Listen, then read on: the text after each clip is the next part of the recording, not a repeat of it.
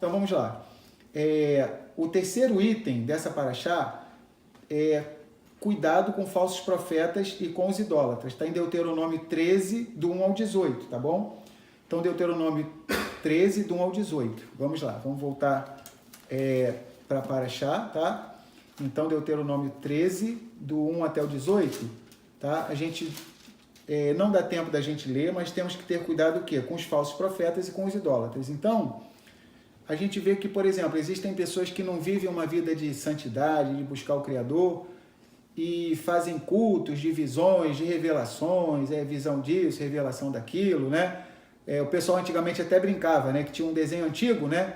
Que tinha um personagem, acho que era o Lion, né? Do Thundercats, né? Que ele pegava uma espada, né? Aquilo era mágica. Isso é proibido, né? Pela escritura, magia, né? Mágica. Isso é totalmente errado. Aí ele falava, né? Espada justiceira, dê-me a visão além do alcance, né? E ele via um monte de coisa. Então tem gente que não busca o Criador, não faz nada e quer ter a visão além do alcance. Então não é assim que o Criador faz. Se a gente for ver a vida do profeta Yeshayahu, Isaías, então o profeta Isaías, tá? Ele escreveu 66 capítulos, ele viveu uma vida inteira consagrado ao Criador, tá? Vários profetas se dedicaram e tem gente que num dia a profecia do cara a profecia que o cara entrega em um dia já passa o livro de Isaías todinho, se for todas as profetadas que o cara entrega no dia, tá? Um dia só já dá um livro do profeta Isaías, no outro dia já o livro de Jeremias, e o cara só se for anotar as profecias dele toda vai dar um livro de milhares de páginas, né? Então, como é que pode um negócio desse, né? A gente via como que os profetas tinham que se consagrar ao Criador. Profecia existe? Existe. Na própria Brit Hadashah fala de um profeta chamado Ágabo, tá? Existe o dom da profecia, a gente acredita nisso. Mas não é desse jeito aí que o sistema religioso vem mostrando aí essa pataquada, esse troço de qualquer jeito, né? Falsos profetas e idólatras. Então, cuidado, devemos ter cuidado com os falsos profetas e com os idólatras, tá? Então, aqui, só o iniciozinho, ó, do 13, Deuteronômio 13. Quando o profeta ou sonhador de sonhos se levantar no meio de ti e te der um sinal ou prodígio, e sucedeu tal sinal ou prodígio, de que ele te houver falado, dizendo, vamos após outros poderosos, né? Nas Bíblias em português após outros deuses, tá? Que não conheceste, e sirvamos, não ouvirás as palavras daquele profeta ou sonhador de sonhos, porquanto Yahuwá vosso Elohim vos prova, para saber se amais a Yahuwá vosso Elohim com todo o vosso coração e com toda a vossa alma. Ou seja, ainda que um falso profeta faça um sinal, um prodígio, mas se ele for contra a Torá, se ele desvirtuar a pessoa para seguir um outro Elohim, nós não devemos segui-lo, tá? Então devemos ter cuidado com esse negócio. Então, existem inúmeros relatos aí de profetadas, acho que muita gente já conhece essas histórias todas, tá? A gente ouve, fica até caricato essas histórias, né? Então tem lugar que o camarada acha que ele acha que tem a obrigação de entregar um monte de profecia para todo mundo, a torto e a direito, né? Profetada, né? Então é sempre aquele negócio, eis que não sei o que, eis que vejo uma chave de carro, eis que vejo uma chave de uma casa própria, né? Eis que vejo um varão na tua vida, eis que vejo uma varoa na tua vida, né? Sempre esse negócio de eis que, né? Eis que, cuidado com o que vem atrás, né? E tem uma história que não é piada, parece até piada, que eu já ouvi muitos anos atrás, num camarada que estava entregando profetada para todo mundo, apontava para frente, para os lados e tal. Aí ele era novo naquela igreja e ele não sabia que tinha uma cachorrinha chamada Candinha e estava numa porta que ele não estava vendo, tá? Uma porta que dava... Tinha uma porta nessa igreja e essa cachorrinha Candinha estava querendo entrar na igreja e alguém lá era perto dessa porta de onde ele estava e a pessoa falando para Candinha, não Candinha, não vai não, não vai não. E ele não sabia que Candinha era uma cachorra, tá? Aí ele chegou, né, para mostrar que a visão dele é de raio-x, né, igual do Superman, né, que até através da porta ele enxergava, né, e tu, Candinha, minha serva, eis que eu tenho uma grande obra na tua vida, eu vou fazer isso na tua vida, eu vou fazer aquilo, eu vou te usar com poder, com autoridade, ou seja, aí, poxa, foi desmascarado, o pessoal, mas a Candinha, como é que a Candinha vai pregar, vai evangelizar, vai fazer essas coisas todas que ele está falando, se a Candinha é uma cachorrinha, né? Então, só para a gente ter ideia.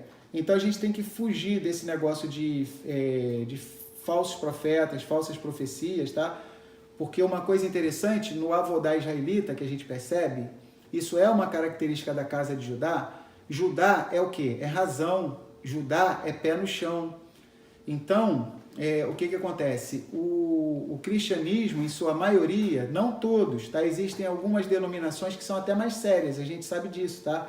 Mas em sua grande maioria quer saber o quê? De emocionalismo, tá? Então, se não rolar aquele monte de coisa, né? A pessoa, muitos membros nem vão querer ir, tá? Ou seja, aquilo ali acaba ficando mais o quê? Um espetáculo, um self-service, ou seja, um culto voltado para o ser humano, em que tem que ter um monte de profecia que na verdade acaba sendo profetada. Agora, só lembrar uma coisa, existe a profecia verdadeira, isso tem na Bíblia. Uma prova disso são os números livros proféticos que nós temos nas Escrituras. Uma porcentagem grande da Bíblia, um conteúdo bem grande da Bíblia se refere o quê? A profecias, tá? Mas infelizmente a maioria das pessoas fazem mau uso. Pode falar, Mary. A Melissa está contando aqui que viu já uma profetada que o cara profetiza que Deus, né, iria dar um útero novo, só que o que recebeu o profeta era um homem surfista de cabelo comprido. Caramba, ia dar um útero novo. É o que recebeu, né, a profetada. Era um surfista de cabelo comprido. Era um homem. Um homem de cabelo comprido. Aí o profeta achou que era uma mulher, né? Aí já falou, já vai ganhar um útero novo, né? Quer dizer, legal isso que o Ari Elisha falou, né? Então, assim, são inúmeros as histórias, né? Essas histórias que acontecem, tá? Então, temos que ter cuidado, tá bom? A gente tem que ficar o quê? Com as escrituras, tá? Então, lá em Jeremias, tá? Fala assim, aquele que tem um sonho, tá? Conte o sonho, mas aquele que tem a minha palavra, entregue a minha palavra. Olha que coisa interessante que diz lá em Jeremias, Yirmiyahu, tá? Então é bem interessante, ou seja, nós somos chamados a ter uma emuná, uma fé racional, tá? E não algo irracional, tá? Então vamos lá, olha que coisa interessante. Jeremias, Yirmiyahu 23, para a gente ganhar tempo, só o versículo 28 e 29. O profeta que teve um sonho, que conte o sonho, e aquele em quem está a minha palavra, que fale a minha palavra com verdade. Que tem a palha com o trigo, diz Yahuá. Não é a minha palavra como fogo, diz Yahuá, e como um martelo que esmiuça a penha, até o 30. Portanto, eis que eu sou contra os profetas, diz Yahuá, que furtam as minhas palavras, cada um ao seu companheiro, tá? Ou seja, então, quando o profeta cisma de falar coisa da cabeça dele, o Criador é contra ele, tá bom? Então, vamos lá. Devemos ter cuidado com os falsos profetas, com os idólatras também, fugir de qualquer aparência de idolatria, tá? Só para a gente ter ideia, não basta apenas evitar o mal, tem que se fugir da aparência do mal. Por exemplo, o avodá zará, que é a idolatria, é algo tão terrível.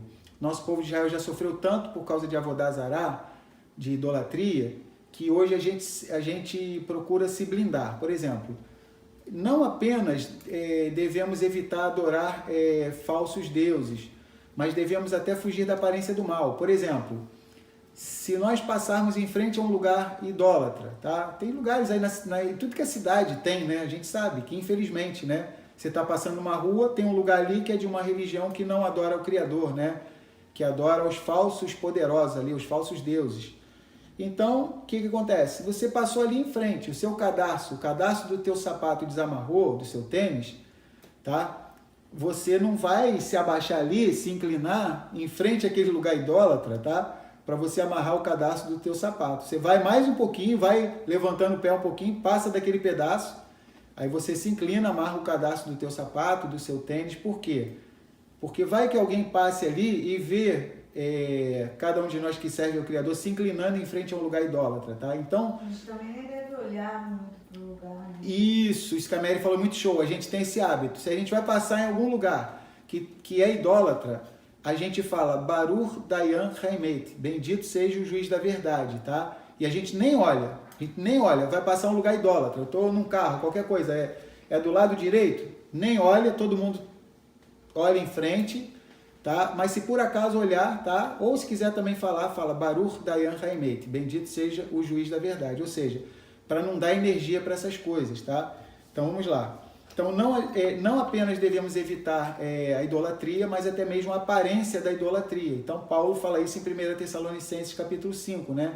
Abstende-vos de toda aparência do mal, ou seja, em hebraico é mareain, ou seja, isso é muito falado em Israel, fugir da aparência do mal, tá bom? Então vamos lá. Nos dias de hoje, tá? Então sabemos que ainda existem esses falsos profetas e existe idolatria. Então temos que fugir, tá, desses falsos profetas e da idolatria também. Vamos lá para o quarto item agora, tá?